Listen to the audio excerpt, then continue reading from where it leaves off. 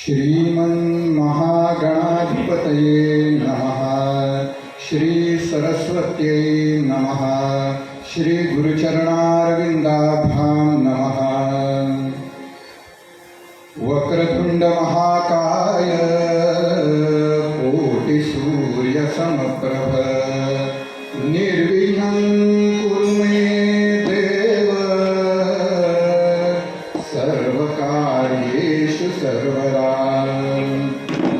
ब्रह्मानन्दं परमसुखदं केवलं ज्ञानमूर्तिं द्वन्द्वातीतं गगनसदृशं तत्त्वमस्यादिलक्ष्यम् एकं नित्यं विमलमचलं सर्वधी साक्षिभूतं भावातीतं त्रिगुणरहितं सद्गुरुं तं नमामि।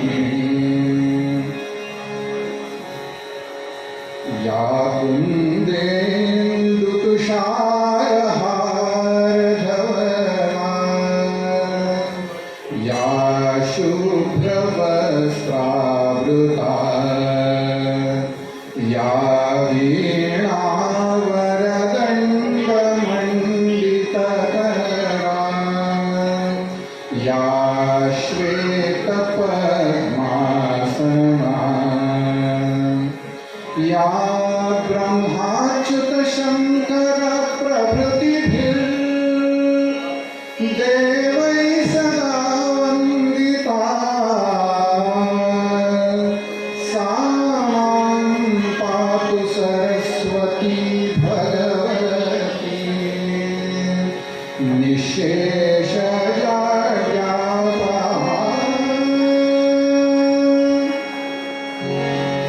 सर्वमङ्गलमाङ्गल्ये शिवे सर्वार्थसाधिके शरण्ये त्र्यम्बके गौरी नारायणि नमोऽस्तुते।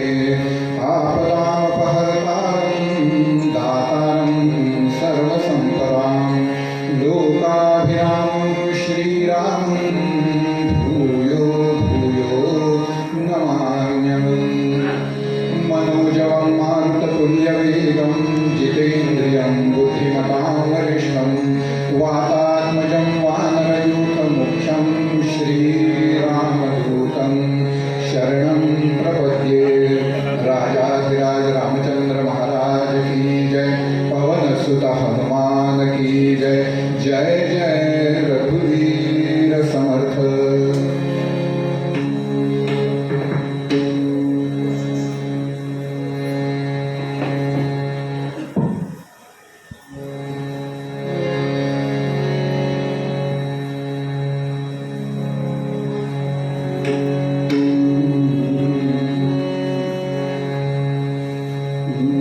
जय जय राम कृष्ण हरि जय जय राम कृष्ण हरि जय जय राम कृष्ण हरि।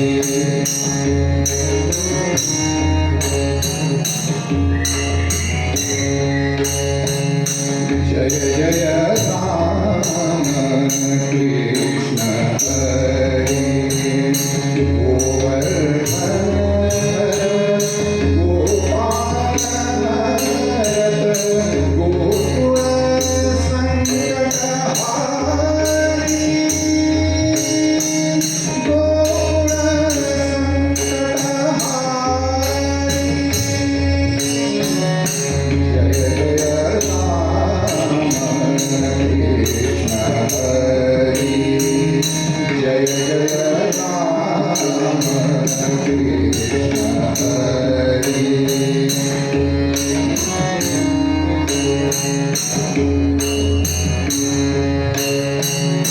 नवनीत सम नवनीत प्रिय नवनीत सम नवनीत प्रिय नवल विनोद विहारी नवल विनोद विहारी।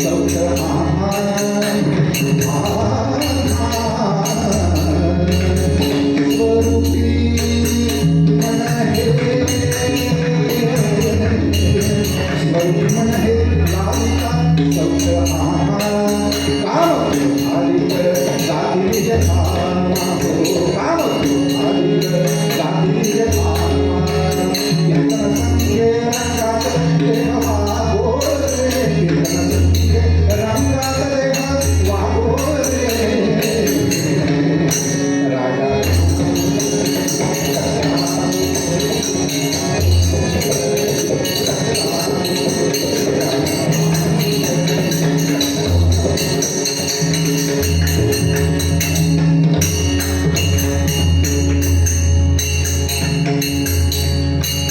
सद्रूप चिन्मय नारायण रूप धारू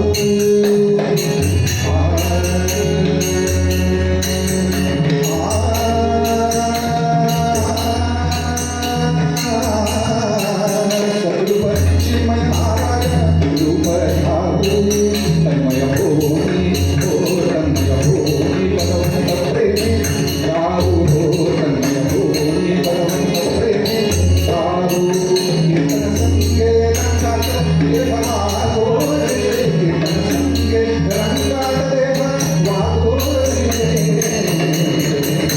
राजा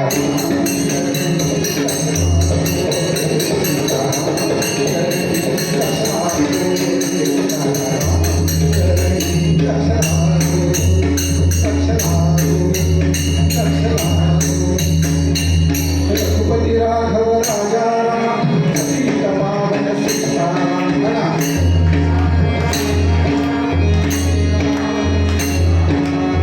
रघुपती राघव राजा राम सीता पावन सीताराम रघुपती राघव राजा राम सीता पावन सीताराम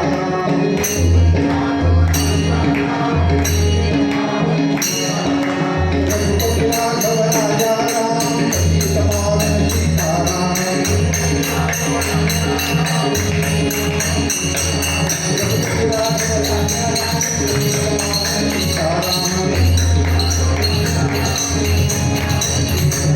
रघुपती राघव राजा राम सीता पावन सीताराम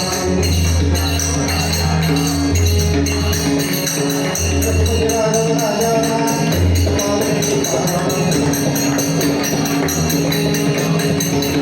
राजा रघुनाथ रामचंद्र महाराज की जय पवन सुत हनुमान की जय भारत माता की जय गंगा माता की गो माता की तुलसी माता की अपनी माता पिता की सब संतन की सब भक्तन की जय जय रघुवीर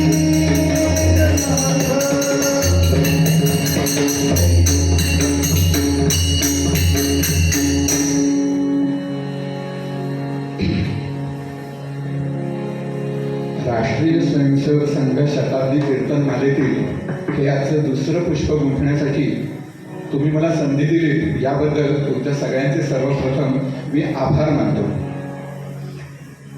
राष्ट्रीय स्वयंसेवक संघाने 100 वर्षापूर्वी संघटन कसं असावं याचा एक आदर्श सुरू करून दिला आणि त्याला यावर्षी विजयादशमीला 100 वर्ष पूर्ण होत आहेत. पण मग राष्ट्रीय स्वयंसेवक संघ काय म्हणतो? राष्ट्रीय स्वयंसेवक संघ असं म्हणतो की आम्ही हे जे काही काम सुरू केलेलं आहे संघटनेचं, हे काही आम्ही आत्ताच सुरू केलेलं नाहीये. या आपल्या परंपरेमध्ये हे काम हजारो वर्षांपासून सुरू आहे. आम्ही फक्त त्याची आता आठवण करून दिली किंवा पुन्हा एकदा नव्याने सुरुवात करून दिली, एवढा नम्र भाव राष्ट्रीय स्वयंसेवक संघाकडे आहे. मग कशावरून संघ असं म्हणतो? कशावरून? या अभंगावरून.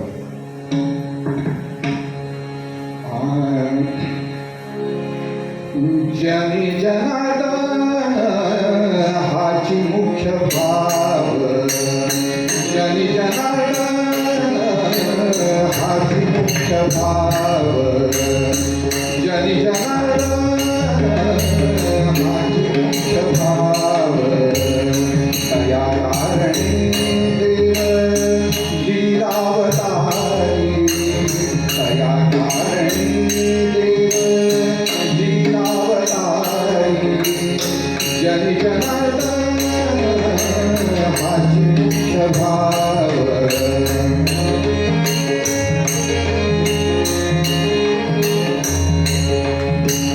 असुर दैत्य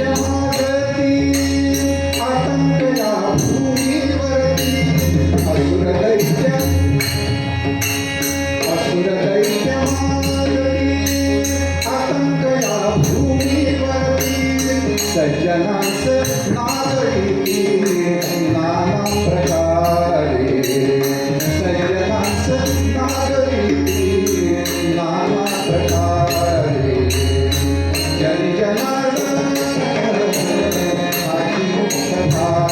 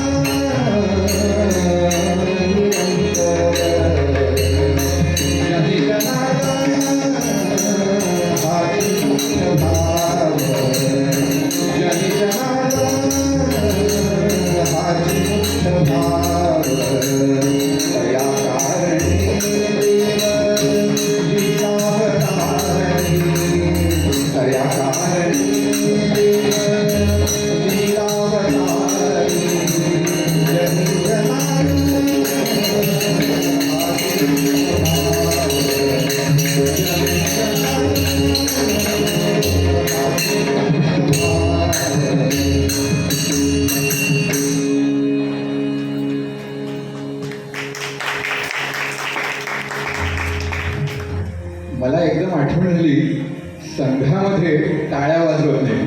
पुंडलिक वरदा हरिविठ्ठल श्री ज्ञानदेव तुकाराम पंढरीनाथ महाराज की जय. एकदा माझ्या मागून म्हणा,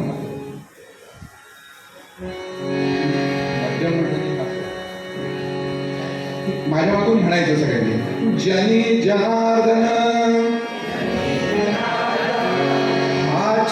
मुख्य भाव तया कारणे देव लीलावतारी असुर दैत्य माजती आतंकया भूमीवरती सज्जनांस नागविती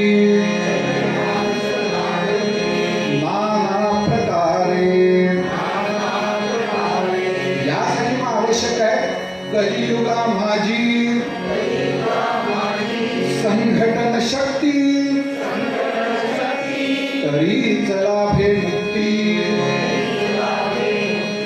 निश्चयेसी एका जनार्दनी संत संघटन शक्ती आराधन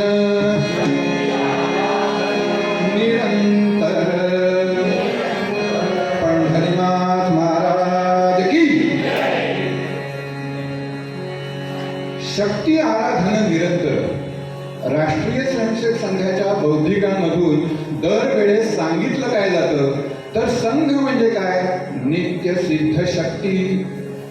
मग नित्य सिद्ध शक्ती म्हणजेच काय, शक्ती आराधन निरंतर. निरंतर म्हणजे सतत, सारखं सारखं, पुन्हा पुन्हा, सदा म्हणजे निरंतर. आणि काय निरंतर, निरंतर नाही, निरंतर नाही, मग काय शक्ती आराधना. मग ही शक्ती आराधन करण्यासाठी एकनाथ महाराजांनी 500 वर्षापूर्वीचा लिहिलेला हा अभंग.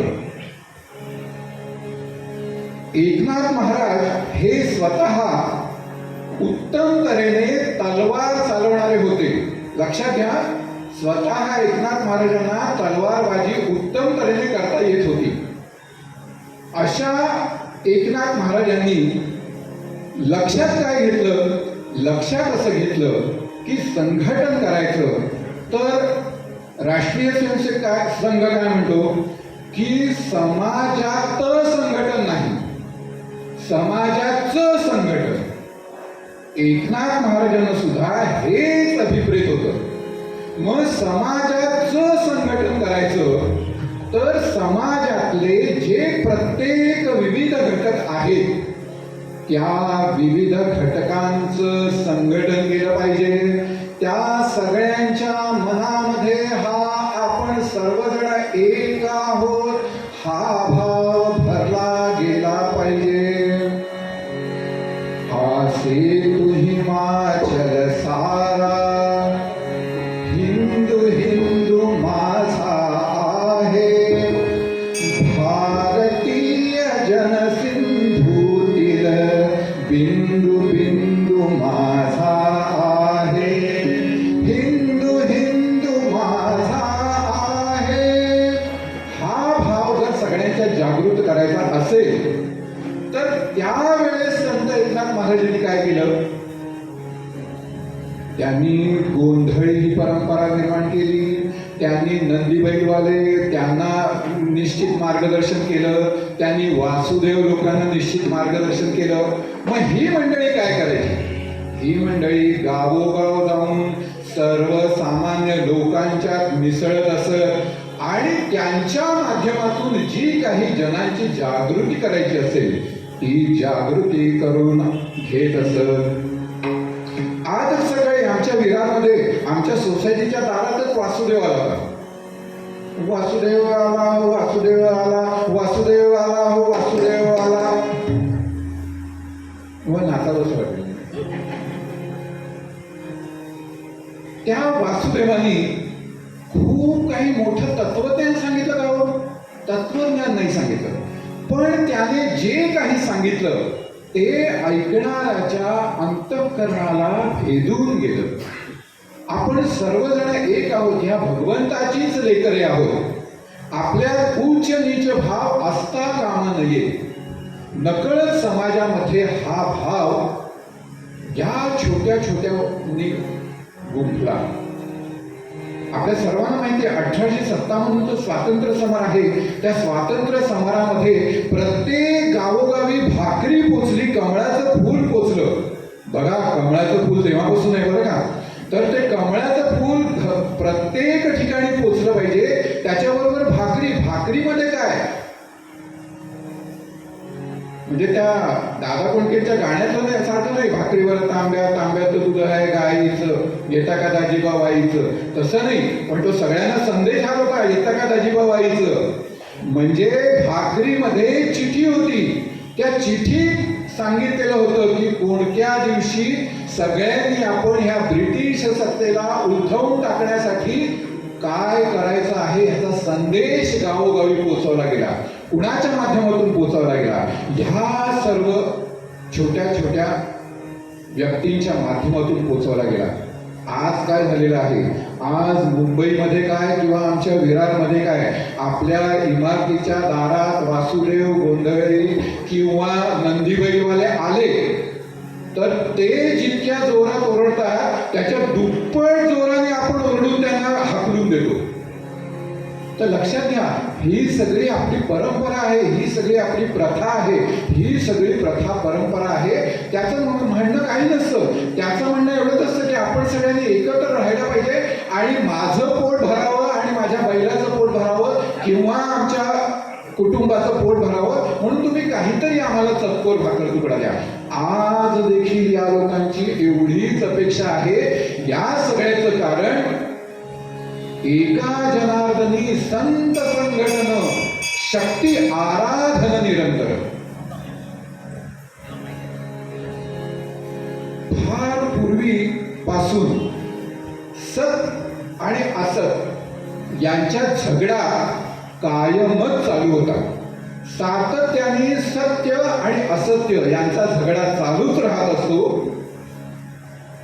आपल्या संस्कृतीप्रमाणे आपण काय म्हणतो की सत्याच्या बाजूचे ते देव आणि असत्याच्या बाजूचे म्हणजे ते राक्षस. मग एकदा सगळे देव आणि सगळे दानव या सगळ्यांनी एकत्र ते आले. मेरू पर्वताची रवी केली, वासुकीचा दोर केला आणि एका बाजूला सगळे असत्य आणि एका बाजूला सगळे सत्य आणि दोघांनी मिळून तो समुद्र घुसळायला सुरुवात केली. आणि त्यावेळेस त्याचं सहन करण्यासाठी प्रत्यक्ष भगवंतानी कासवाचं रूप घेतलं. आपल्या सगळ्या मंदिरांमध्ये खाली पायाला पण आल्यानंतर तिथे कासव असतं. त्या कासवाच्या वरती मेरू पर्वत आणि मग ते सगळं घुसळलं गेलं. त्या घुसळणीतून सत्याकडे सुद्धा काय वाईट आहे आणि असत्याकडे सुद्धा काय चांगलं आहे याचं मंथन झालं. आणि त्या मंथनातून आपल्या संस्कृती रूपी बीज हे घातलं गेलं. त्यातून सुद्धा जे हलाहल विष जे बाहेर पडलं ते शंकरांनी आपल्या कंठामध्ये स्थिर केलं आणि म्हणून त्यांना देवांचा देव महादेव असं म्हटलं गेलं. म्हणजे सगळ्यांनी एकत्र आलं पाहिजे. खरं काय खोटं काय याचं मंथन केलं पाहिजे आणि त्या मंथनातूनच जे उभं राहतं ते जे आपल्या संस्कृतीचं संविधान आहे ते संविधान या कथा कीर्तनांच्या माध्यमातून सांगितलं जातं. आज आपल्या देशाच्या संविधानाला 75 वर्ष पूर्ण झालेली आहेत. अमृत महोत्सवी संविधान असं आपल्या संविधान वर्ष असं आपल्या सगळ्यांना माहिती आहे. या संविधानात काय केलेलं आहे, या संविधानात हेच सगळं सविस्तरपणे सांगण्यात आलेलं आहे. त्यातूनही काही त्याच्यात त्रुटी राहिली तर ती नाहीशी करण्यासाठी आपले सगळे संसदवीर संसदपटू अगदी मतचोरीचा सगळ्यांना हवाला देणाऱ्यांपासून मतचोरी झालेली नाही असं ठामपणे सांगणाऱ्यांपर्यंत सगळे जण त्याच्यामध्ये मिसळलेले आहेत. आपलं जे संसद चालतं, संसदेचं अधिवेशन म्हणजे हे एक तऱ्हेचं समुद्र मंथनच आहे. आपण कुठच्याही कामाची सुरुवात करायची झाली तर काय करतो, गणपतीचं स्तवन करतो. आता सुद्धा कीर्तनाची सुरुवात करताना श्रीमन महागणाधिपतये नमः बुवानी सुरुवात केली. का हो, गणपतीचंच का, दुसऱ्या कोणत्या देवतेचं का नाही? कारण सर्वप्रथम सगळ्या तरुणांचं संघटन जर कोणी केलं असेल तर ते गणपती बाप्पांनी केलेलं आहे. देवांतकं नरांतकाने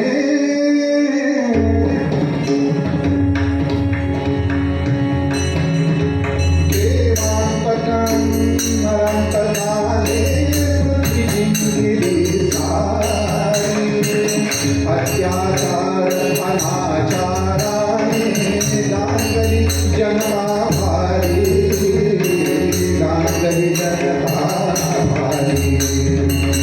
साधूजी राजा राम कहोजी,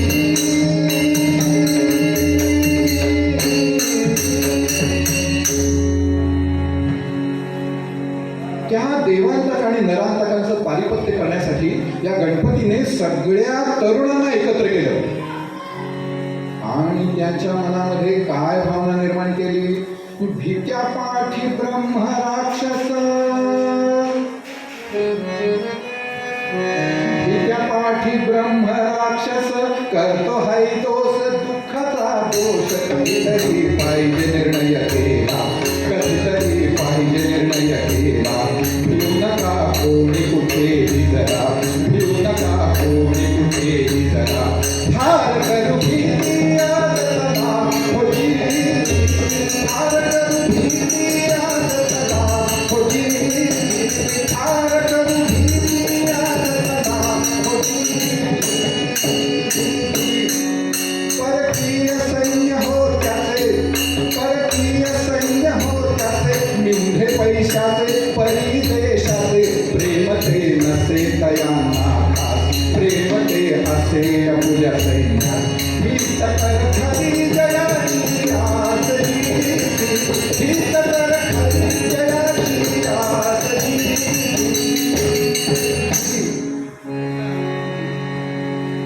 परकीय सैन्य हो त्याचे मिंधे पैशाचे, परी देशाचे प्रेम ते नसे तयाना खास, प्रेम ते असे आपुल्या सैन्यास, हीच तर खरी जयाची आस. आता आपण सर्जिकल स्ट्राईक केलेला आहे किंवा आताच आपण नुकतंच पाकिस्तानचे सगळे अतिरेकी अड्डे उद्ध्वस्तच करून टाकले पहलगामच्या हल्ल्यानंतर. मग हे सगळं उद्ध्वस्त केलं, त्याच्या मागे आपण संघटितपणे उभे राहिलो. आपल्या सगळ्यांना माहितीये 1 सप्टेंबर 1965 या दिवशी पाकिस्तानने आपल्यावरती हल्ला केला आणि त्यावेळेस पाकिस्तानकडे सेबर जेट 86 अशी तेव्हाची मोठी लढाऊ विमानं अमेरिकेने पाकिस्तानला दिलेली होती. पाकिस्तानने त्यांना ती विमानं दिलेली होती, ती प्रचंड आवडवली होती आणि रडार यंत्रणा सुद्धा दिली होती. रडार यंत्रणा म्हणजे काय की शत्रूचं विमान किती उंचीवरून कुठे काय कसं चाललेलं आहे त्याला बरोबर अचूक टिपायचं आणि त्याला नाहीसं करायचं. आता त्याच्यामध्ये आपण कौशल्य प्राप्त केलं आणि त्यातूनच आता आपण जे काही युद्ध झालं त्या युद्धामध्ये शत्रूला हरवलं. त्या रडारचा ड्रॉबॅक ऐसा होता की 40,000 फूट उंचीवरून जाणाऱ्या विमानांना ते कॅच करू शकत होतं. आणि आपल्याकडे त्याच वेळेस नॅट नावाची छोटीशी, नॅट म्हणजे माशीच म्हटलं जातं त्याला, तशी विमानं होती. मग आपल्या लोकांनी काय हुशारी केली, आपल्या लोकांनी ती 40,000 फुटावरून जाण्यानंतर आपण कॅच होतोय लक्षात आल्यानंतर त्यांनी 20,000 फुटावरूनच उड्डाणं केली आणि 20,000 फुटावरून उड्डाणं करून सेबर जेट विमानांचा त्यांनी धुव्वा उडवला. मग हे सैन्याने केलं. आणि मग बुवा याच्यात सज्जनांचं संघटन कुठे आलं. तुम्ही संघटन विषय सांगत होतात ना, मध्ये भरकटलात की काय असं तुम्हाला वाटण्याची शक्यता आहे. पण हरदासाची कथा मूळ पदावर, तसं मी पुन्हा मूळ पदावर येतोच आहे. त्यावेळेस आपल्या सर्वसामान्य जनतेने पुरावे नाही मागितले, कशावरून 40,000 फुटावरूनच कॅच होतोय वगैरे नाही मागितलं. ते त्यांनी सगळेजण संघटित झालेले होते. पाकिस्तान्यांनी केलं काय की त्यांच्या हवाई छत्र्या त्यातून त्यांनी त्यांचे सैनिक आपल्या सीमेवरच्या ऊसामध्ये उतरवले. ऊसाचा फळ जेव्हा कापणीला आलेला असतो तेव्हा तो साधारणतः ऊस एवढा उंच असतो, म्हणजे माझ्यासारखा 6 फूट उंचीचा माणूस सुद्धा त्याच्यात सहजतेने लपला जातो. त्या सगळ्यांनी त्या छत्रीधारी सैनिक होते त्या ऊसाच्या शेतामध्ये उतरवले. ऊसाच्या शेतामध्ये उतरवल्यानंतर आपली लोक काय डोळे मिटून पडली होती का? आपली जी सगळी सीमेवरची मंडळी होती त्या शेतकऱ्यांच्या लक्षात आलं की यांनी अशी अशी छत्रीधारी सैनिक उतरवलेले. त्या छत्रीधारी सैनिकांकडे बॉम्ब गोळे आणि बंदुका होत्या, बाकी सगळे त्यांच्याकडे सामुग्री होती ध्वस्त करण्याची आपल्याला. पण आपल्या लोकांनी लक्षात घेतलं की हे काहीतरी गडबड आहे आणि आपली लोक संघटित झाली सीमेवरची. त्यातल्या कित्येक जणांनी आपला ऊस जो होता त्याला चक्क काडी लावली आणि ऊसाची शेतं धाड धाड धाड धाड धाड धाड सगळी पेटायला लागली आणि त्यातून होरपळून त्यातून त्यांच्याचकडची काडतुसं आणि त्यांच्याचकडचे जे बॉम्ब होते ते फटाफट फटाफट फुटायला लागले आणि त्यातून केवढे तरी जे बॉम्बधारी सैनिक उतरले होते छत्रीधारी ते सगळे नाहीसे व्हायला लागले. त्यातून जे जीवाच्या आकांताने पळून बाहेर शेतातून बाहेर येत होते त्यांना हाणण्यासाठी आपले शेतकरी जमलेलेच होते. अरे आला की खातला घाव, आला की खातला घाव.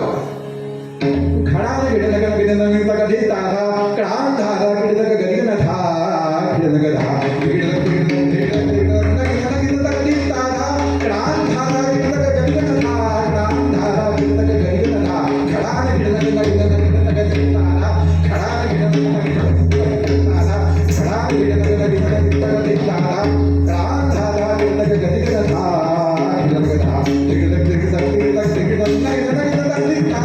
Grandha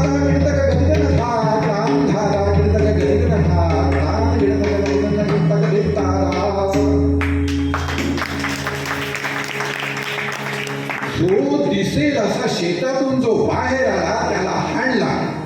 एक शेतकरी एक चुकून माकून सैनिक पाकिस्तानचा असा चुकून कुठेतरी लपला गेला आणि वाचला होता. आणि हा रहाटावर पाणी शेंदत होता.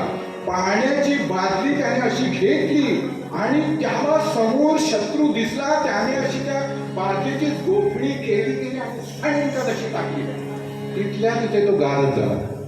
आपल्या सर्वांनी संघटितपणे असा एकही छत्रीधारी आपल्या सीमेतून आतमध्ये येऊ दिला नाही. आणि जेव्हा पत्रकार युद्ध थांबल्यानंतर, हा महत्वाची गोष्ट, युद्ध कधी थांबलं तर युद्ध थांबलं या गोष्टीला कालच 60 वर्ष झालेली आहेत. 22 सप्टेंबर 1965 या दिवशी हे युद्ध थांबलं. आणि पत्रकार मंडळी भेटायला आली त्या सगळ्यांना. अहो म्हणजे तुमच्या उसाचं नुकसान नाही का झालं? त्यामुळे सगळ्या आपल्या तिथल्या बांधवांनी सगळ्यांनी आपलं मनगट दाखवलं. या मनगटात आमच्या जोर आहे. जोपर्यंत आमच्या या मनगटात जोर आहे तेव्हा आमचं शेत उभं गेलेलं असेल जळून तरी काय हरकत आहे, आम्ही ते पुन्हा पिकू. याला म्हणतात अस्मिता, याला म्हणतात संघटन. आणि असं संघटन एकनाथ महाराजांना सुद्धा अभिप्रेत होतं. आणि म्हणून त्यांनी इतक्या वर्षापूर्वी सुद्धा हे लिहून ठेवलं आणि आपल्याला सगळ्यांना त्याचा उल्लेख केला. रामायण काळामध्ये सुद्धा असं सगळ्या ऋषीमुनींचं संघटन होतं. विश्वामित्र ऋषी त्याचे प्रमुख होते. आणि त्या संकटातून राक्षस लोक येऊन जे त्यांना त्रास द्यायचे त्याच्यासाठी ते दशरथ महाराजांच्या दरबारात आलेले होते. आणि दशरथ महाराजांच्या दरबारात येऊन त्यांना सांगत होते, ज्येष्ठ तुझा पुत्र मला देई दशरथा, ज्येष्ठ तुझा पुत्र मला देई दशरथा, ज्येष्ठ तुझा पुत्र मला. कशासाठी दे? चल मी त्याला फिरवून आणतो असं नाही. तिथे गेल्यानंतर त्यांना शस्त्रास्त्रांचं शिक्षण दिलं. जी रामाने शस्त्रास्त्र वसिष्ठ आणि इतर मुलींकडून शिकलेली नव्हती ती विश्वामित्रांनी त्यांना शिकवली. आणि मग रामाने आपल्याला माहिती संघटन कसं उभं केलं. विजेतव्या लंका चरणकरणीयो जलनिधी विपक्ष पौलस्त्य रणभूमि सहायाश्च कपयः तथाप्येको रामः सकलमवधि द्राक्षसकुलं क्रिया सिद्धी सत्वे वसति महतान्नोपकरणे. कुठच्याही उपकरणावरती क्रिया सिद्धी सत्वे, क्रिया जर सिद्धीला जायची असेल तर ती कुठच्या तरी उपकरणावरून आधारित आहे असं नाहीये. तुमच्या अंतःकरणामध्ये आपल्याला नेमकं काय करायचं असलं पाहिजे. आणि म्हणून रामाकडे रावणाच्या दृष्टीने कसलीही संघटना किंवा कसलीही शस्त्रास्त्र त्या मानाने कमी असून आणि त्याच्याकडून लढणारे कोण होते तर आपण ज्यांना माकडं म्हणतो किंवा वानर म्हणतो ते होते. आणि तिकडे मोठमोठे बलाढ्य राक्षस वीर होते. पण ह्या सगळ्यांनाही पुरून उरले श्रीराम. याचं कारण क्रिया सिद्धी सत्वे वसति महतान्नोपकरणे. आजपर्यंत आपण सगळेजण आपल्यावरती युद्ध होऊन युद्ध आपल्यावर लादली गेली तरी सुद्धा आपण दरवेळी जिंकलेलो आहोत. याचं कारण एकच आहे की आपण सगळी जनता म्हणून आपल्या राज्यकर्त्यांच्या मागे ठामपणे उभे असतो. दुसऱ्या महायुद्धामध्ये फ्रेंच लोक हरले. याचं कारण एवढंच होतं की सगळे सैनिक जे होते ते युद्धावरती लढत होते आणि सर्वसामान्य फ्रान्सची जनता जी होती ती जनता नाच गाण्यामध्ये मशगूल होती. पण आपल्याकडे असं कधीच होणार नाही कारण आपल्या सगळ्यांचं मिळून असं संघटन असलं पाहिजे. मग राष्ट्रीय स्वयंसेवक संघ काय म्हणतो? हिंदुत्व विश्व मंत्र देऊ नव्या युगाला, हिंदू अजिंक्य सांगू गरजून या जगाला.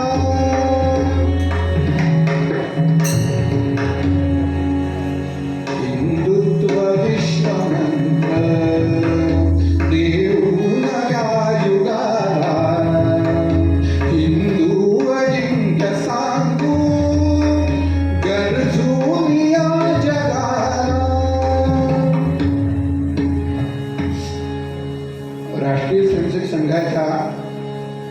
आदरणीय सरसंघचालक मोहनजी भागवतांनी आत्ताच दिल्लीमध्ये सगळ्यांची एकत्र अशी एक बैठक घेतली. आपण सगळ्यांनी आपापल्या घरात बसून ती ऐकलेली आहे. त्याच्यात त्यांनी हेच सांगितलं, हिंदूंचं संघटन का? हिंदूंचं संघटन अशासाठी की लोकशाही म्हटली तर त्याच्यात जास्तीत जास्त संख्या कोणाची आहे तर ती हिंदूंची आहे. आणि हिंदुस्वामी देशाचे, हिंदूंचा हा हिंदुस्थान भिणार नाही म्हणण्याला हिंदुस्थान हिंदुस्थान असं आपण गीत शाखेमध्ये म्हणतच असतो.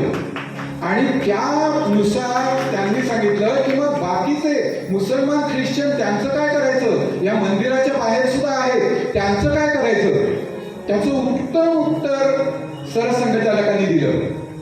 त्यांच्या मनामध्ये आम्ही आमचे पूर्वज याच देशातले आहेत हा भाव निर्माण करणं, हे जर आपण उत्तम तऱ्हेने केलं तर धर्म बदलला म्हणजे काय केला, पूर्वज तर बदलता येत नाही, धर्म बदलला म्हणजे काय केलं तर उपासना पद्धती बदलली. आणि उपासना पद्धती निरनिराळ्या असल्या म्हणून हिंदूंना त्याच्यापासून घाबरायचं कारण नाही.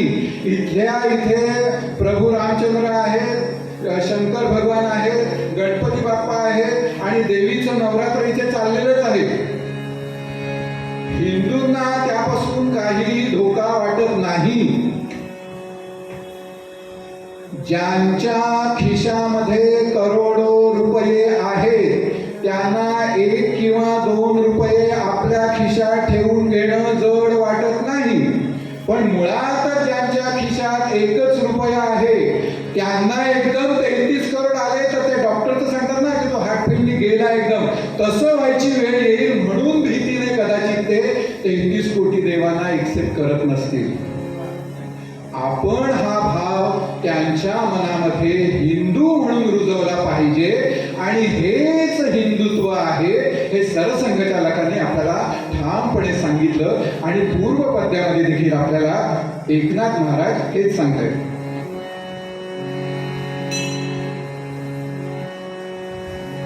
जनी जनार्दन हाची मुख्य भाव, जनी जनार्दन हाची मुख्य भाव, तया कारणी देव लीलावतारी, तया कारणी देव लीलावतारी, जनी जनार्दन हाची मुख्य भाव.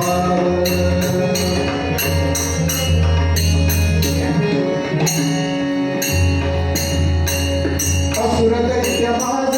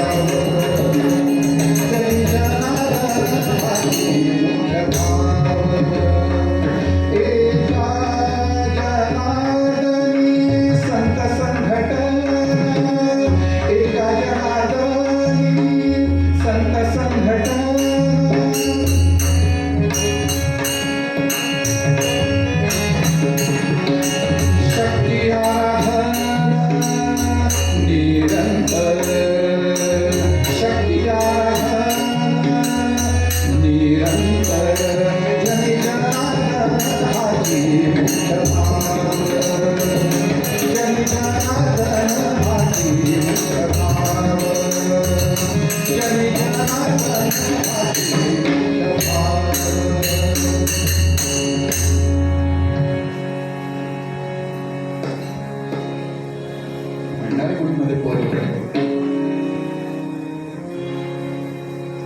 म्हणणारा पोर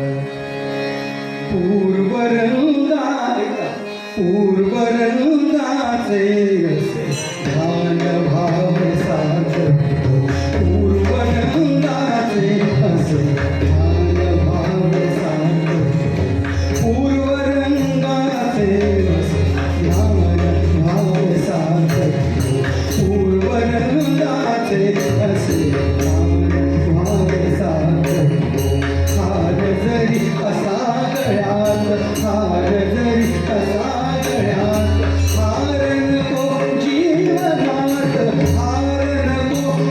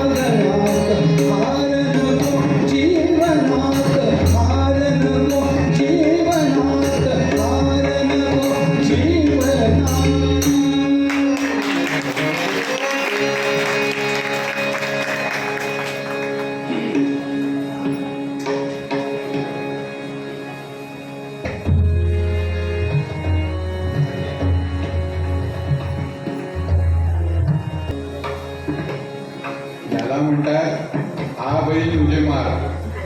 मी त्यांना सांगितलं मध्ये पद म्हणा आणि त्यांनी पुढे उत्तर रंगामध्ये मी नेमकं काय सांगायला पाहिजे त्याचंच मार्गदर्शन करून ठेवलं आणि माझी मोठी पंचायत करून ठेवली. पुंडलिक वरदा हरी विठ्ठल. आता थोडाफार प्रयत्न करतो, त्यांनी जी अपेक्षा व्यक्त केलेली आहे त्याप्रमाणे माझा उत्तर रंग होतोय का नाही ते. पूर्वरंग झाल्यानंतर उत्तर रंग याच्यामध्ये आपल्याला कीर्तनाच्या प्रथेप्रमाणे गजर करायचा असतो. आपल्या सगळ्यांना माहिती आहे, आजपर्यंत आपण रामांचा गजर केला, कृष्णाचा गजर केला, देवीचा गजर केला, समर्थांचा गजर केला, रामदास स्वामींचा गजर केला, गजानन महाराजांचा गजर केला. पण आज आपण गजर करणार आहोत या सगळ्यांना जिने जन्माला घातलं त्या भारत मातेचा. अगदी साधे सोपे शब्द आहेत. भारत माता, भारत माता, जगत जननी हे भारत माता, भारत माता, भारत माता, विश्वगुरु हे भारत माता, भारत माता, भारत माता, नमस्ते सदा भारत माता. मराठीतून कीर्तन करणाऱ्या महाराष्ट्रातल्या बुवांमध्ये भारत मातेचा गजर ज्यांच्या कीर्तनात होतो असे एकमेव बुवा आहेत पुंडलिक वरदा हरी विठ्ठल.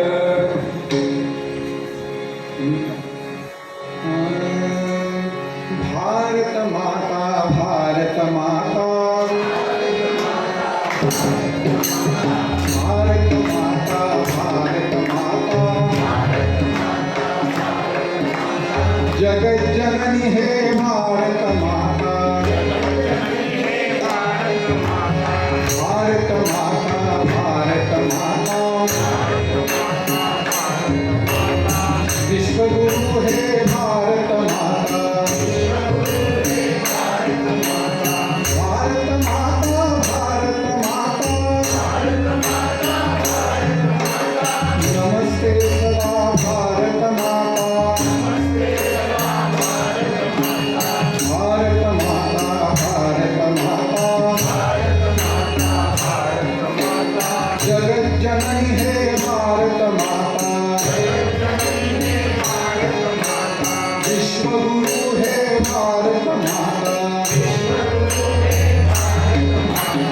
नमस्ते सदा भारत माता, भारत माता, भारत माता,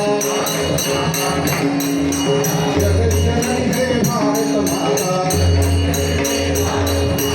भारत माता, भारत माता, विश्वगुरु हे भारत माता, भारत माता, भारत माता, नमस्ते सदा भारत माता, भारत माता, भारत माता, जगत जननी हे भारत माता, विश्वगुरु हे भारत माता, नमस्ते सदा भारत माता. राजाधिराज रामचंद्र महाराज की, पवनसुत हनुमान की, भारत माता की, गंगा माता की, गो माता की, तुलसी माता की, जय जय रघुवीर समर्थ.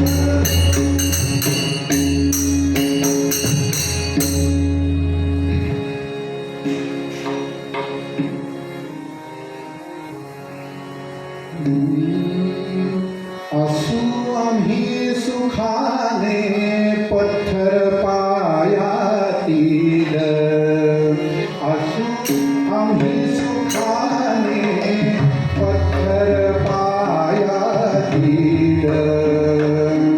मंदिर उभविणे हेच आमुचे शील, असू आम्ही सुखाने पत्थर पायातील, असू आम्ही सुखाने पत्थर पायातील, असू स्वामी सुखाने पत्थर पायातील मंदिर गोविणे हेच आमुतेशील. शाळेत असताना आपल्या सगळ्यांना एक कविता होती, आठवत असेल तर बघा, की तो असा कावळा मंदिराच्या शिखरावर बसले दाखवलाय आणि एक रामराम म्हणत एक म्हातार बाबा त्या पायरीवर येऊन बसलेले आहेत. अरे अरे कळसा हसून नको पाहू, पायरीचा मी दगड तुझाच ती भाऊ, अशी त्यातल्या ओळी होत्या. म्हणजेच असं आहे की जे पत्थर पायातील, आज सुद्धा तात्या जोगळेकर आणि भाऊराव पाटील यांनी पत्थर पायातील हेच शब्द घेऊन जे कोणी राष्ट्रीय स्वयंसेवक संघाचे प्रचारक या 100 वर्षामध्ये होऊन गेले त्यांची माहिती सांगण्याचा प्रयत्न केलेला आहे. परवाच्या दिवशी साप्ताहिक विवेकच्या माध्यमातून 101 प्रचारकांचं पुस्तक देखील प्रकाशित झालेलं आहे. त्यातलेच एक संस्कार भारतीची ज्यांनी स्थापना केली ते हरिभाऊ वाकणकर म्हणजे श्री विष्णू श्रीधर वाकणकर. मध्य प्रदेशमधल्या नीमच या गावामध्ये त्यांचा जन्म झाला आणि संपूर्ण आयुष्य त्यांचं धार या संस्थानामध्ये गेलं म्हणायला हरकत नाही. लहानपणापासून राष्ट्रीय स्वयंसेवक संघाच्या शाखेमध्ये गेल्यामुळे साहजिकच देशभक्तीचा जो काही विचार आहे तो त्यांच्या मनामध्ये बीज रूपातच रोवला गेलेला होता. आणि पुढे जसं त्यांनी आपलं शिक्षण पूर्ण केलं,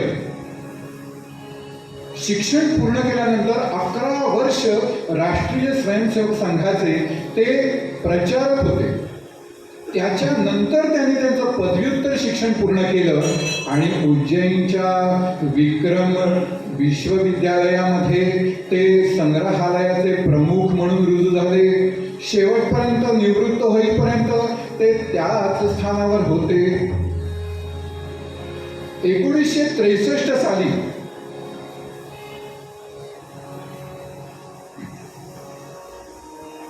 1963 साली त्यांचा प्रथम अमेरिकेमध्ये प्रवास झाला आणि या प्रथम प्रवासामध्ये त्यांच्याकडे खिशामध्ये फक्त $50 होते, म्हणजे त्यावेळेचे 250 रुपये. आणि त्याच्यावर ते तिथे गेले. जो काही खर्च होता तो तिकडे झालेला होता. त्यांना जिथे व्याख्यानासाठी जायचं होतं त्या तिथे जाण्यासाठी सुद्धा खिशात पैसे नव्हते.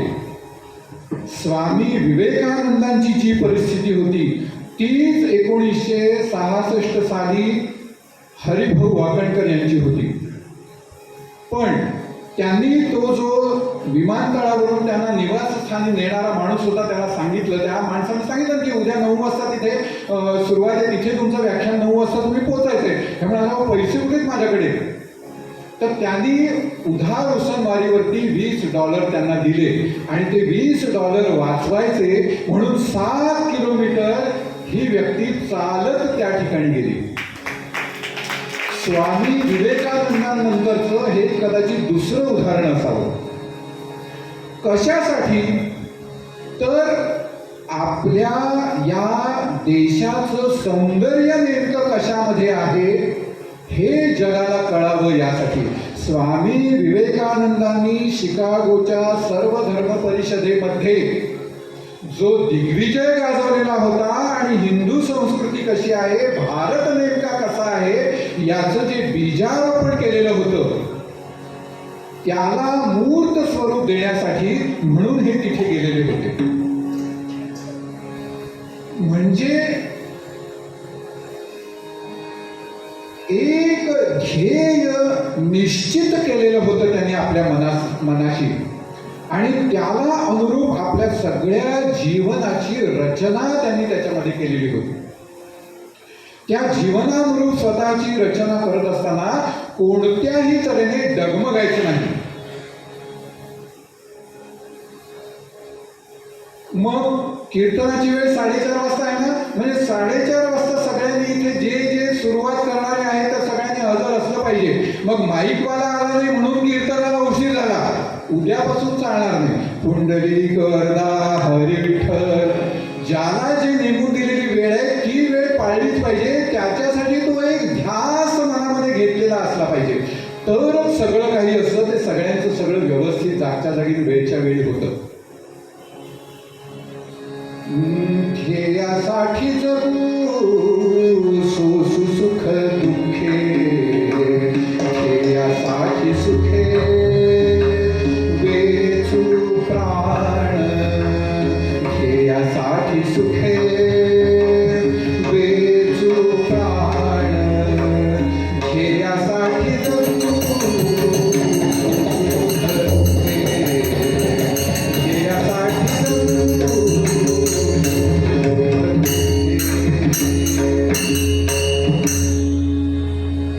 पण आपल्या देशामध्ये सुद्धा त्यांना वर्षप्रतिपदेचा प्रमुख वक्ता म्हणून सांगितलेलं होतं.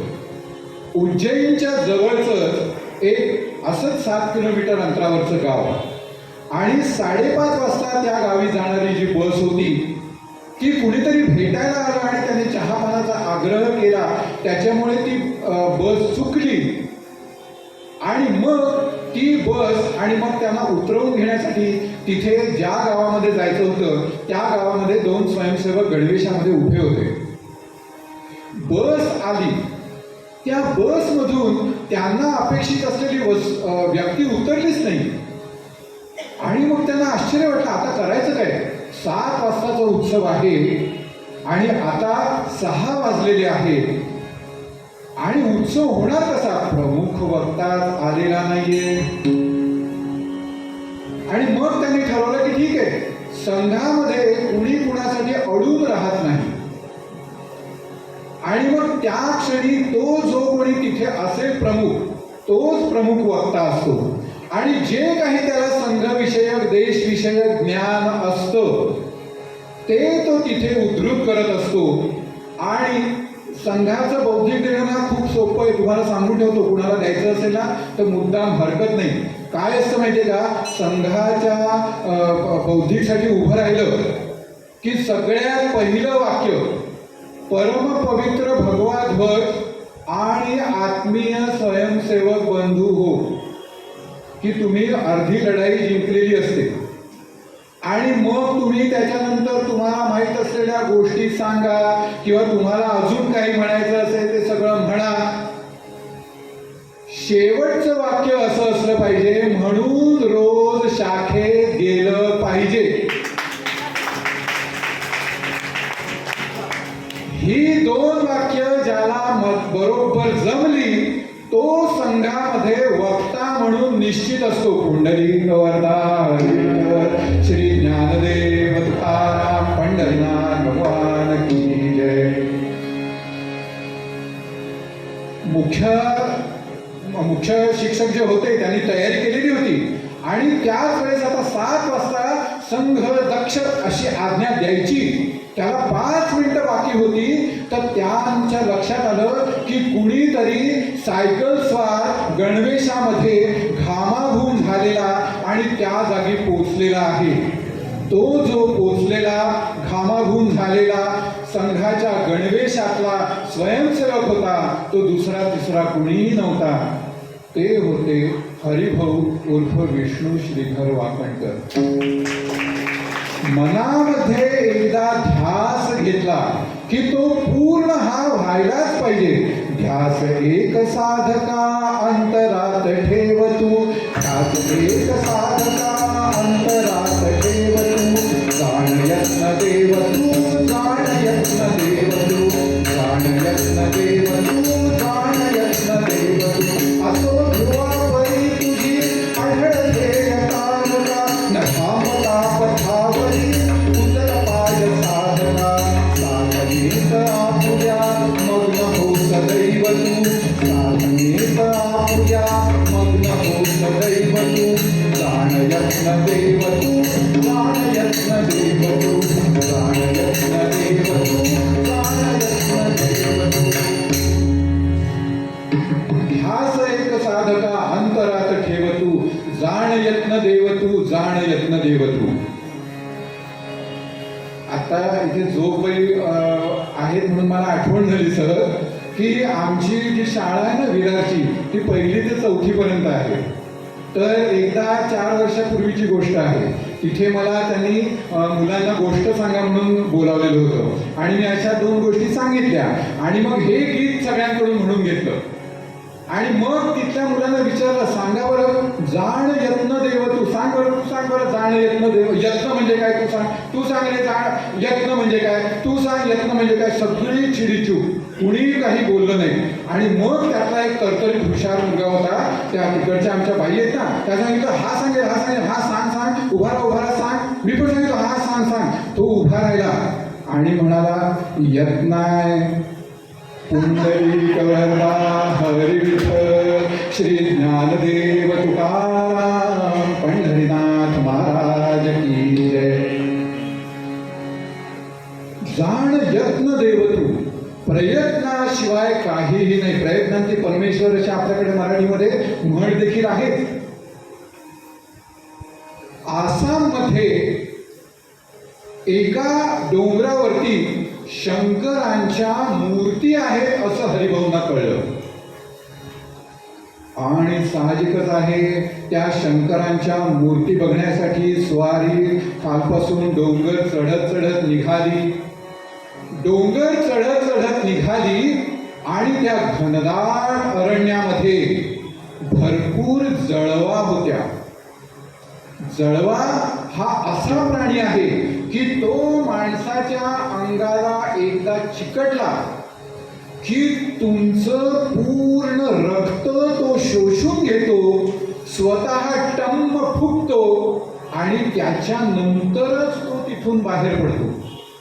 जळू एकदा तुम्हाला लागली, ती तुम्ही अशीच उपटून काढण्याचा प्रयत्न केला तर त्याची नांगी जी असते ती आतमध्येच राहते आणि तिथून तुमचा सगळा रक्तस्राव होत असतो. आपल्याकडे आयुर्वेदामध्ये जेव्हा रक्तमोक्षण म्हणून एक पद्धत आहे आणि त्याच्यामुळे मुद्दाम पिळून जळवा लावल्या जातात अशुद्ध रक्त काढून टाकण्यासाठी, तर त्या जळवा हरिभाऊंना लागायला लागल्या. आणि जळू जर पूर्ण रक्त शोषून टम्म होऊन जर एवढा वेळ नव्हता त्यांच्याकडे, कारण अशा अंगावरती जळवा लागायला सुरुवात झालेली होती. मग त्याच्यावर उपाय काय होता त्यांना माहित होतं. ते रानोवनात रानोमाळ भटकलेले होते. गोनी दांडेकरांनी त्यांना त्यांचं जे रायगडावरचं गोनी दांडेकरांचं पुस्तक कोणतं, गाथा, माझी भ्रमण गाथा हे पुस्तक त्यांना दिलेलं होतं. त्याच्यात त्यांनी ते वाचलेलं होतं. मग जळू निघण्यासाठी काय तर ब्लेड घ्यायचं आणि मांसाचा तो नांगीत खुपसलेला भाग ब्लेडनी काढायचा, त्याच्याशिवाय ती नांगी पण निघायची नाही. असं संपूर्ण अंगभर जखमा घेऊन ते त्या शंकराच्या दर्शनाला गेले. आणि जेव्हा त्या शंकराच्या दर्शनाला गेल्यानंतर ती अवाढव्य मूर्ती बघून त्यांना इतका आनंद झाला, म्हणजे त्या शंकराच्या कानातलं जे कुंडल होतं ते जे तिथे पडलेलं होतं त्याचाच व्यास मुळी 6 फुटाचा होता. बुवा देखील 6 फूट आहे, म्हणजे लक्षात घ्या. पुंडलिक वरदा हरी विठ्ठल, मनामध्ये जो ध्यास ठरवलेला आहे त्या ध्यासाला अनुरूप जीवनाची सगळी रचना केलेली होती. अशाच तऱ्हेने एकदा ते ट्रेन मधून चाललेले होते. कशासाठी, पोटासाठी, खंडाळ्याच्या काठासाठी. झुक झुक झुक झुक झुक झुक झुक झुक रेलगाडी झुक झुक झुक झुक झुक झुक झुक झुक बीच वाले स्टेशन बोले रुक रुक रुक रुक रुक रुक रुक रुक रेलगाडी. आणि असं रेलगाडीतून जात असताना आपल्या सगळ्यांना माहितीये की आपापसात चर्चा वगैरे होतातच. आजच्या काळामध्ये सगळेजण मोबाईलमध्ये डोकं घालून बसतात, ती गोष्ट वेगळी, पण तो तेव्हाचा काळ होता आणि त्यामुळे इतरांशी सहजतेने इतकं तरी व्हायचं. आणि मग सगळ्यांची गप्पा मारता मारता खिडकीतून बाहेर बघत असताना त्यांना असे विशिष्ट तऱ्हेचे डोंगराचे सुळके दिसायला लागले.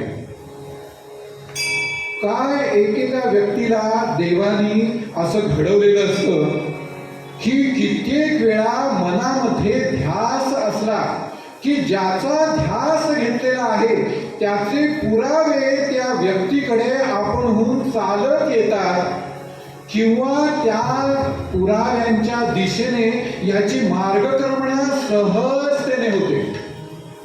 म्हणजे बऱ्याच वेळा कुत्र्याला घेऊन फिरायला निघालेली सकाळच्या वेळेची माणसं असतात ना, ती माणसं कुत्र्याला घेऊन जात असतात आणि कुत्रेच त्यांना फिरवत असतात. कारण त्यांना जायचं असतं या रस्त्याला आणि निघतात ते त्या रस्त्याने, कारण कुत्र्याने त्यांना फिरवलेलं असतं. पण ही ध्यास त्यांनी मनात घेतलेला आहे, त्यांच्या पुढे पुरावे असे पुढ्यामध्ये येत असतात. त्यांनी विचारलं ते काय आहे, आणि ती सगळी खेळूत मंडळी तिकडे गाडीमध्ये होती. ती सगळी म्हणाली, अरे ये तो भीमबेटका आहे. भीमबेटका म्हणजे भीमाने जिथे बैठक मारलेली होती तिथे. आपल्या भारतामध्ये सुद्धा ना इतकं वैविध्य आहे. आणि तुम्हाला सांगतो, त्या प्रत्येक ठिकाणी प्रभू रामचंद्र किंवा रामायणातली एखादी व्यक्ती किंवा महाभारत आणि महाभारतातली एखादी व्यक्ती किंवा शिवपुराणातली व्यक्ती किंवा आपल्या 18ही पुराणांमधली काही ना काही व्यक्ती, अगदी परशुरामांपासून सगळी तिथे गेलेली आहे. आमचं जे विरार आहे ते नालासोपारा म्हणजे शूरपारक हे रामायण काळामध्ये देखील होतं. आणि परशुरामांनी जे कोकण वसवलं त्याच्यात सुद्धा आमचं वसई होतं. पुंडलिक वरदा हरी विठ्ठल अशा तऱ्हेने भीमबेटका, भीमाने जिथे बैठक मारली. आणि मग तिथे काय आहे त्यांनी विचारलं त्या लोकांना. त्या सगळ्यांनी सांगितलं की तिथे काही गुफा आहेत. मग त्या गुफांमध्ये काय आहे? त्या गुफांमध्ये त्यांनी सांगितलं की त्या गुफांमध्ये काही चित्र आहेत. आणि चित्र आहेत म्हटल्यानंतर त्यांनी पुढे विचारलं, मग आता ह्याच्या पुढचं कोणतं स्टेशन आहे की त्याच्यावर मी उतरून मला तिथे जाता येईल? बाबूजी, यहाँ कोई स्टेशन वगैरह नहीं है, हम लोग वहीं रहते हैं. लगेच यांनी पुढचा प्रश्न विचारला, मग तुम्ही तुमच्या गावामध्ये कसे जाणार आहात? त्या व्यक्तीने सांगितलं की पुढे वळण आहे, वळणावरती रेल्वे गाडी साहजिकच आहे. वळण असल्यामुळे तिचा वेग मंद झालेला असतो आणि त्या मंद झालेल्या वेगामध्येच आम्ही भराभर उड्या मारतो आणि रेल्वे गाडीतून उतरतो. मग हरिभाऊ म्हणाले, चला मला तुमच्या बरोबर घेऊन. आणि त्या लोकांनी जितक्या चपळतेने आणि शिताफीने उड्या मारल्या तितक्याच चपळतेने आणि शिताफीने हरिभाऊंनी उडी मारण्याचा प्रयत्न केला. पण थोडेफार डळमळले. आणि आपल्याला माहिती आहे, लोकलमधून उतरताना सुद्धा आपल्या जरा नाही चुकला तर आपण धाडकन कपाळमोक्षच होत असतो किंवा रेल्वे आणि प्लॅटफॉर्मच्या मध्ये आपण येत असतो. तसंच थोडंसं झालं हरिभाऊंना.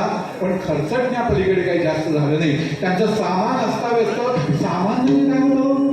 सामान म्हणजे कागद, पेन्सिली, रंग निरनिराळे ते सगळे विखुरले गेले. पण त्या गावकऱ्यांनी सगळे एकत्र करून दिले. म्हणजे मला तर असं वाटतं बऱ्याच वेळा की स्वातंत्र्यवीर सावरकरांनी मार्सिलिसच्या बंदरामध्ये बोटीमधून जी उडी मारली त्या केल्यानंतर ते हळूहळू तिकडे पोचले. तिकडे पोचल्यानंतर त्यांनी जे शिलाखंड, शैलाश्रय असं त्याला नाव दिलेलं आहे. शैला म्हणजे शिळा मोठमोठ्या, शैलपुत्री म्हणून पार्वतीला म्हटलं जातं ना, त्याप्रमाणे त्या शैलाश्रय, शैलांचा म्हणजे शिळांचा आश्रय ज्यांनी घेतलेला आहे ते शैलाश्रय.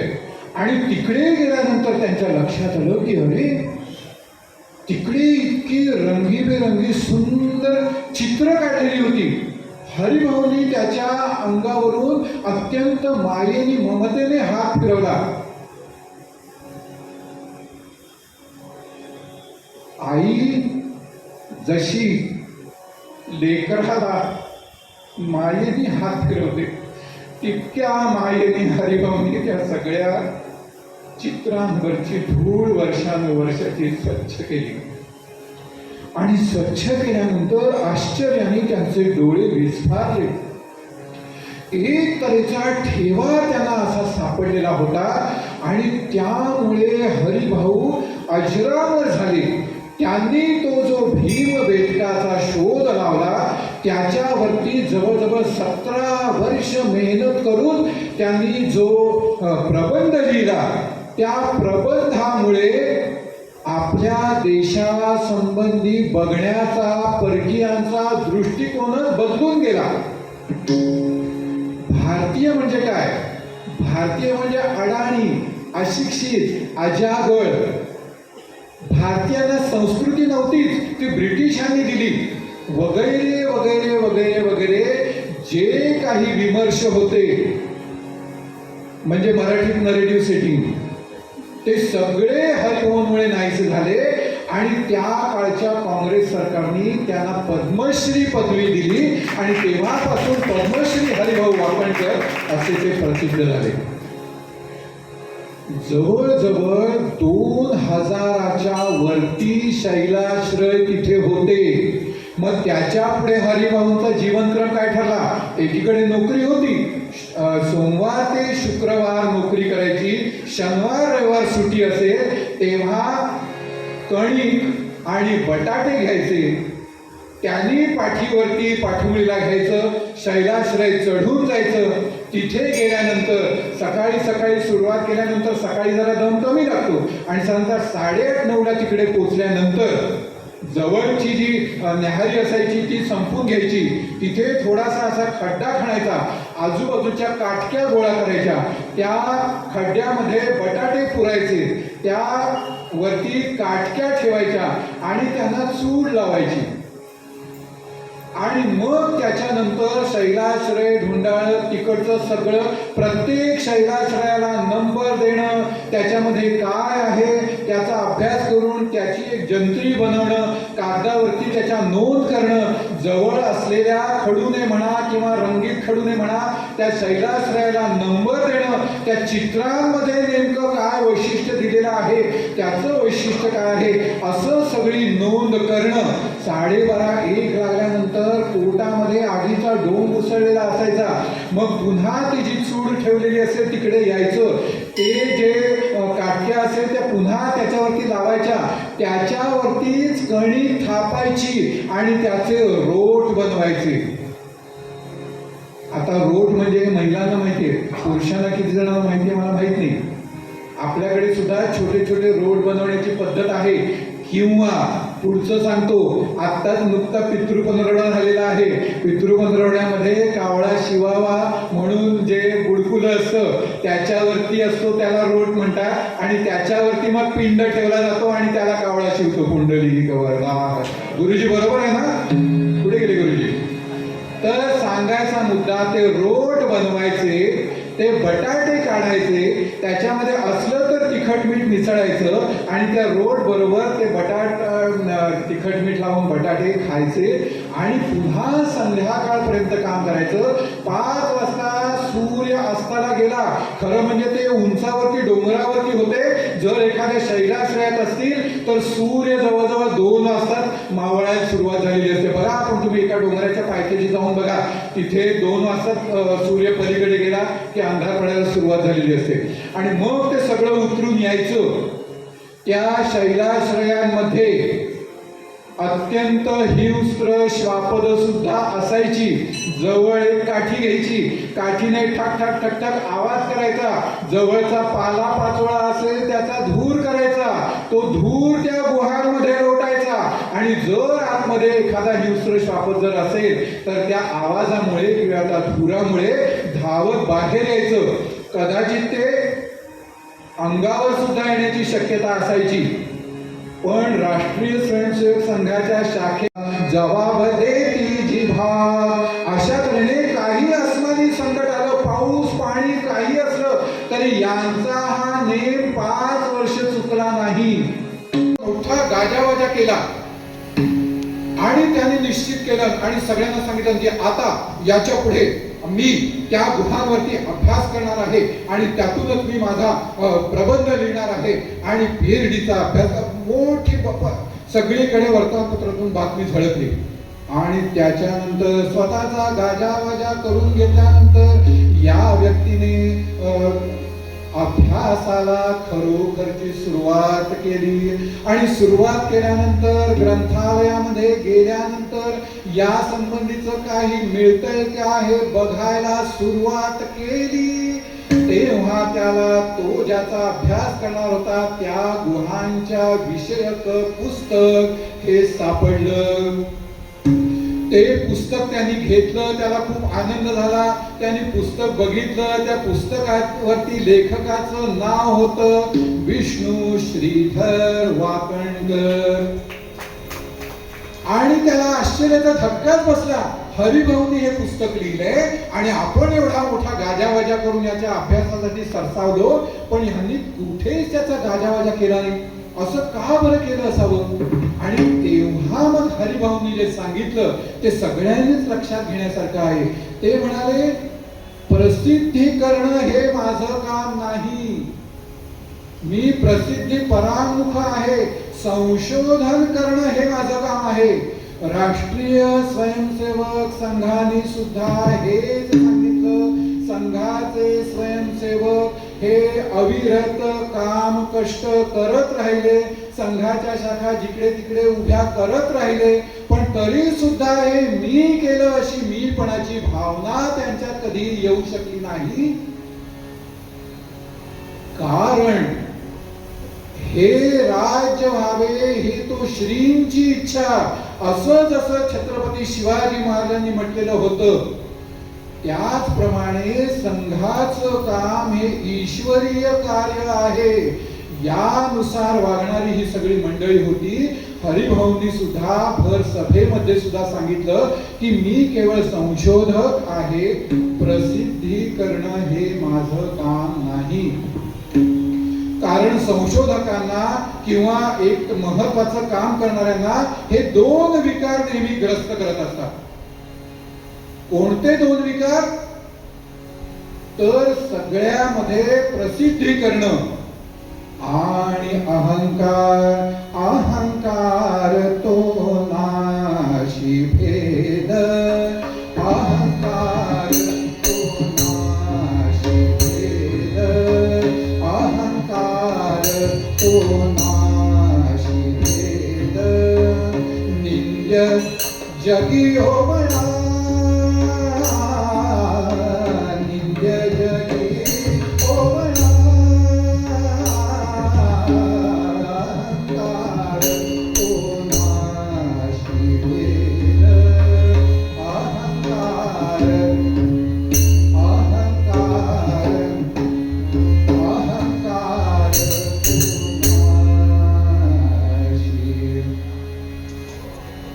ज्याला लोकांच्यात राहून काम करायचंय, लोकांसाठी काम करायचंय, लोकांचं काम करायचंय, त्याच्या मनामध्ये अहंकार येता उपयोगाचं नाही.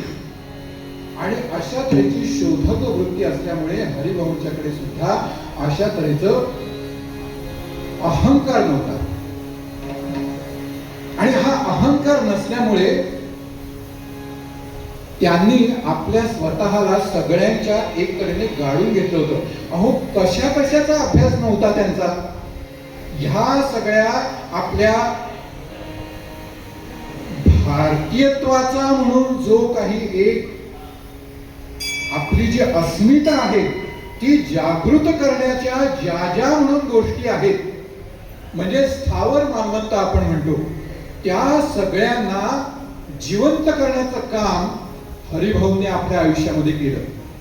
म्हणजे संस्कार भारतीची स्थापना झाली आणि संस्कार भारतीमधली एक विधा प्राचीन कला विधा जरी आहे, तरी आत्ताच्या घडीला संस्कार भारतीच्या बाकीच्या सगळ्या कलांवरती प्रकाश पडलेला आहे, पण प्राचीन कला ही अजूनही प्राचीनच राहिलेली आहे. पुंडलिक वरदा हरी विठ्ठल सत्य. हरिभाऊंनी आपल्या म्हणजे प्राचीन कलेचे ते प्रमुख असल्यामुळे त्यातून कलेबद्दल मग प्राचीन संस्कार भारती म्हणून त्यांनी काय काय केलं. संस्कार भारती म्हणून मुळात आधी संस्कार भारती नाव द्यायचं का कला भारती नाव द्यायचं, अशा तऱ्हेची मनामध्ये शंका सगळ्यांच्या होती. पण सगळ्यांनी विचार विनिमयाने ठरवलं की संस्कार भारती असंच नाव द्यायचं. मग संस्कार कसला? तर कलेचा संस्कार. नृत्य, गायन, वादन, रांगोळी, शिल्पकला या सगळ्यांच्या माध्यमातून कलेचा संस्कार. कलेच्या माध्यमातून हा देश माझा आणि मी देशाचा हा भाव सर्वांच्यात रुजवणं, याच साठी संस्कार भारती. आणि त्या संस्कार भारतीचं बोधचिन्ह म्हणजे काय आहे तर रथचक्र आहे. ते रथचक्र सुद्धा कसं आहे तर ते रथचक्र स्थिर नाहीये, त्याला त्यांनी किंचित असं तिरकं केलं आणि त्यामुळे ते गतिमान असल्यासारखं भासतं.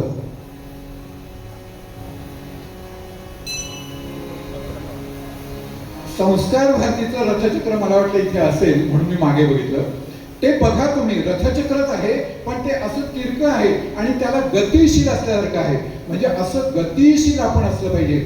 आपली भारतीय संस्कृती ही प्रवाही पण आहे. भारतीय संस्कृतीमध्ये प्रवाही पण आहे. राष्ट्रीय स्वयंसेवक संघात सुद्धा प्रवाही पण आहे. 1925 साली परमपूजनीय डॉक्टर केशव बळीराम हेडगेवार यांनी जो विचार रुजवला तोच विचार पुढे 1950 साली परमपूजनीय गोळवलकर गुरुजींनी पुढे नेला. तोच विचार 1975 साली मधुकर दत्तात्रय देवरस म्हणजे बाळासाहेब देवरस यांनी पुढे नेला. तोच विचार 1990 साली माननीय रज्जू भैयांनी पुढे नेला. तोच विचार 2000 मध्ये माननीय सुदर्शनजींनी नेला आणि तोच विचार गेली कित्येक वर्ष आत्ताचे सरसंघचालक मोहनजी भागवत संपूर्ण जगापुढे मांडत आहेत. असं जे प्रवाही पण आहे हे प्रवाही पण सतत राहिलं पाहिजे. आपली भारतीय संस्कृती सुद्धा अशी ही प्रवाही आहे. अगदी आता पूर्वीच्या काळापर्यंत आपण सगळेजण धोतर नेसत होतो, त्याच्या पुढे मग लेंगा झब्बा आला आणि त्याच्या पुढे आता मग आपण पॅन्ट मध्ये आलो, टी शर्ट मध्ये आलो, बुशर्टामध्ये आलो. पूर्वी कीर्तनाला सगळी बसलेली मंडळी त्यांच्या डोक्यावरती कमीत कमी टोपी असायची. आता टोपी नाहीये, ती कुणाला घातली माहित नाही. पण प्रवाही पण जे आहे ते प्रवाही पण हेच आहे की कीर्तनाला आज उपस्थिती आहे. नाहीतर असं होतं की इडे पेटी इडे तबला मध्ये बुवा तबला. पण असं न होता मालाड मधल्या या राम मंदिरातल्या या कीर्तन सेवेसाठी तुम्ही सगळी जण इतक्या बहुसंख्येने आलात. सुरुवातीला तुमच्या मनामध्ये भाव होता की हा लंब्या आता तू काय सांगणार आहे, हा काय मोठं तत्वज्ञान आम्हाला सांगणार आहे आणि अशा तऱ्हेचा भाव होता. पण आता मला तुमच्या सगळ्यांचे चेहरे इतके प्रफुल्लित दिसत आहेत आणि त्यामुळे मला असं वाटतंय की मला जे काही सांगायचं होतं ते मी सांगण्याचा प्रयत्न केला आणि याच प्रयत्नातून राष्ट्रीय स्वयंसेवक संघाला अभिप्रेत काय आहे तर परम वैभवम नेतुमेतत् स्वराष्ट्रम, या राष्ट्राला परम वैभवाला नेण्यासाठी म्हणून मी स्वतः कटिबद्ध झालेलो आहे, संघाचा स्वयंसेवक झालेलो आहे.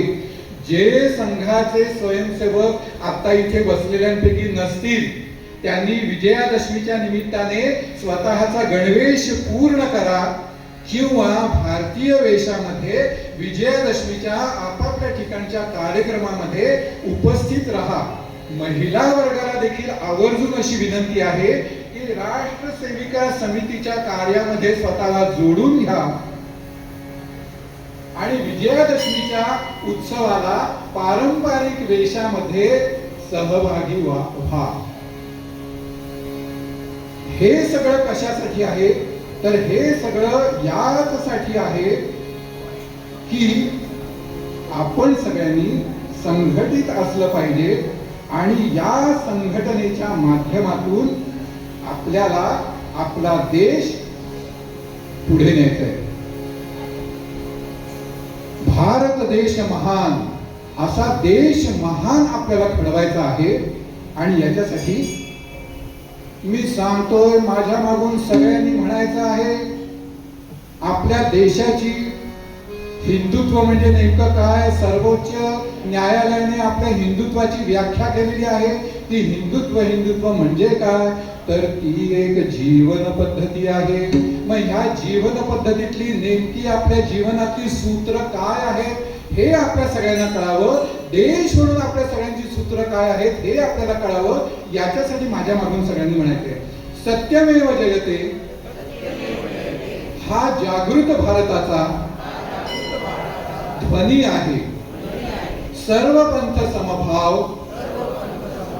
हा जागृत भारताचा मार्ग आहे. वसुधैव कुटुंबकम हा जागृत भारताचा वैश्विक कार्यक्रम आहे. सर्वे भवन्तु सुखिनः सर्वे सन्तु निरामयः.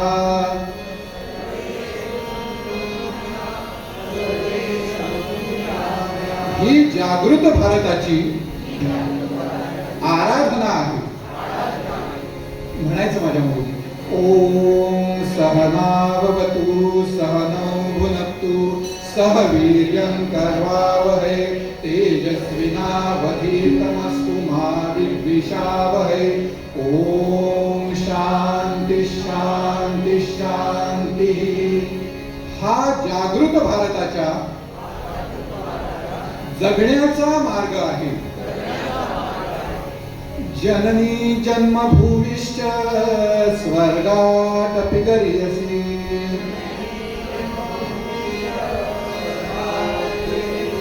हे जागृत भारताचे मातृभूमी प्रती समर्पण आहे.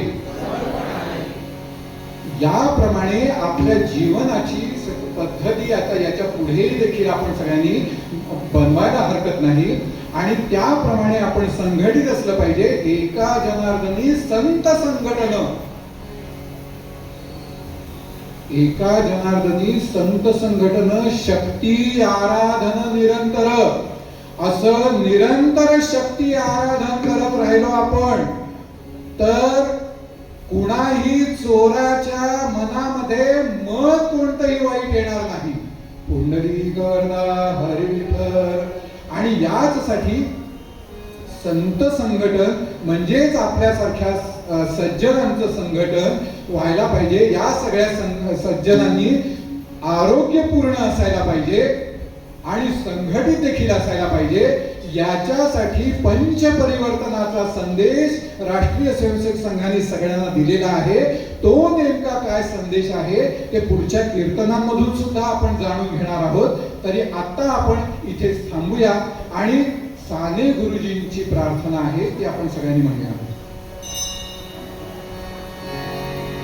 बलसागर भारत हो विश्वात शोभुनी राहो. विश्वात शोभुनी राहो. बलसागर भारत हो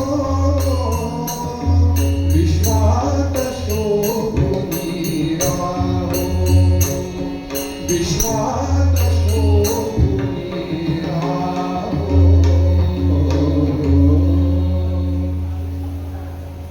आजची कीर्तन सेवा इथे समाप्त झालेली आहे. पुढे आयोजकांना आरती घ्यायची म्हणजे अशा तऱ्हेने परम वैभवम नेतुमेतत् स्वराष्ट्रम याप्रमाणे आपल्या सगळ्यांच्या जीवनाची रचना असावी. या देशाला वैभवाच्या सर्वोच्च शिखरावरती नेऊन भारत मातेला विश्वाच्या सर्वोच्च सिंहासनावर आपल्याला प्रस्थापित करायचंय. या कणाकणातून दिव्य तेज प्रकटेलं. हे राष्ट्र पुन्हा विश्वात अजिंक्य ठरेलं. हा संदेश आपण संपूर्ण जगताला आणि आपल्या तरुणांना देऊया. भारताची या महारथाया सारे मिळून ओढूया. पायी गती आणि हाती शक्ती हृदयी भक्ती जोडूया. याच समर्पणाचा भाव आपण सगळ्यांनी आपल्या मनामध्ये जागूया. हेची दान देगा देवा. हेची दान देगा देवा. तुझा विसर न भावा. तुझा विसर न भावा.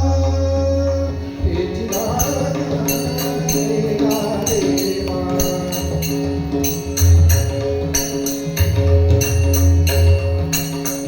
नगे मुक्ती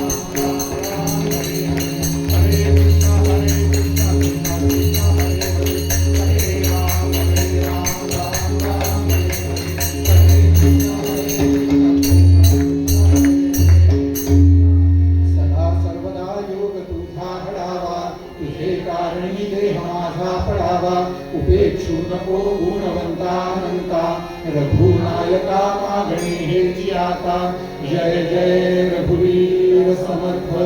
या दोन संत मंडळींमुळे आजची ही कीर्तन सेवा अत्यंत छान झाली। मी विरारचा आहे, विरारमध्ये पंडित मनोहर चिमोटे होऊन गेले, त्यांनी या वाद्याला संवादिनी हे नाव दिलं। त्यामुळे संवादिनीतला सं आणि तबल्यातला त आणि म्हणून मी सगळ्यांना म्हणतो की संत संगती सर्वांना लाभावी। अशी संतांची संगती लाभली की कीर्तन सेवा सुद्धा अप्रतिम होते। पुंडलिक वरदा हरी विठ्ठल श्री ज्ञानदेव तुकाराम पंढरीनाथ महाराज की सूचनेसाठी उभा आहे। नंतर आपण सगळ्यांना नमस्कार करूया गुरु कीर्तनकारांना।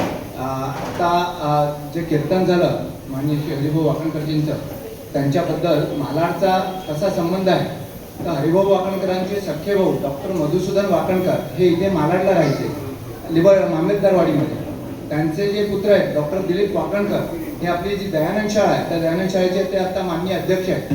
आणि उज्जैनला जी आता संस्था आहे जी हरिभाऊ वाकणकरांनी तिथे स्थापन केली आणि त्याचा आता वास्तू संग्रहालय आहे, त्या संग्रहालयाचे ते पण अध्यक्ष आहेत। आणि अशा आपल्या दयानंद शाळेचे अध्यक्ष असलेले दयानंद शाळेतले आज दोन प्रतिनिधी या ठिकाणी आहेत।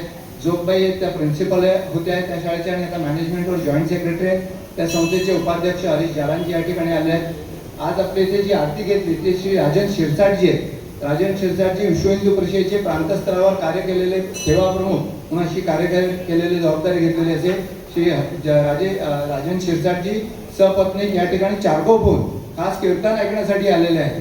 तर अशा प्रकारे आपलं हरिभाऊ वाकणकरजी परिवाराचं आणि मालाडचं हे नातं आहे। उद्याचं जे कीर्तन आहे ते मगाशी उल्लेख केला की महिलांनी समितीच्या शाखेत जावं, तर ते समितीची स्थापना केली राष्ट्रसेविका समितीच्या, त्या मावशी केळकर त्यांच्यावर कीर्तन आहे। आणि कीर्तन करणार आहेत सौ श्रीमती विजया वैशंपाय की ज्या या ठिकाणी आपल्या मालाडलाच राहतात आणि दादरच्या कीर्तन शाळेच्या त्या प्रिन्सिपल आहेत। राष्ट्रसेविका समितीची या ठिकाणी जी शाखा चालते त्या शाखाच्या संचालिका या ठिकाणी विद्या नायक म्हणून उपस्थित आहेत, त्यांच्याशी संपर्क करावा की ती शाखा कुठे लागते। आणि त्यांनी आता कीर्तनकारांनी सांगितलं की संघाचा जो दसऱ्याचा कार्यक्रम आहे त्याच्यामध्ये तुम्ही अवश्य या। तर तो कार्यक्रम यावर्षी 5 तारखेला आहे, 2 तारखेला दसरा आहे पण कार्यक्रम 5 तारखेला ठेवलेला आहे। आणि त्या 5 तारखेच्या रविवारच्या कार्यक्रमामध्ये संघाच्या अखिल भारतीय सहसहकार्य अतुल लिमाईजी येणार आहेत आणि त्यामुळे तो कार्यक्रम खूप मोठा आहे। कोळी समाज हॉलमध्ये संध्याकाळी 5 वाजताचा तो कार्यक्रम आहे। आपण सर्वांनी त्या कार्यक्रमाला मोठी उपस्थिती लावली।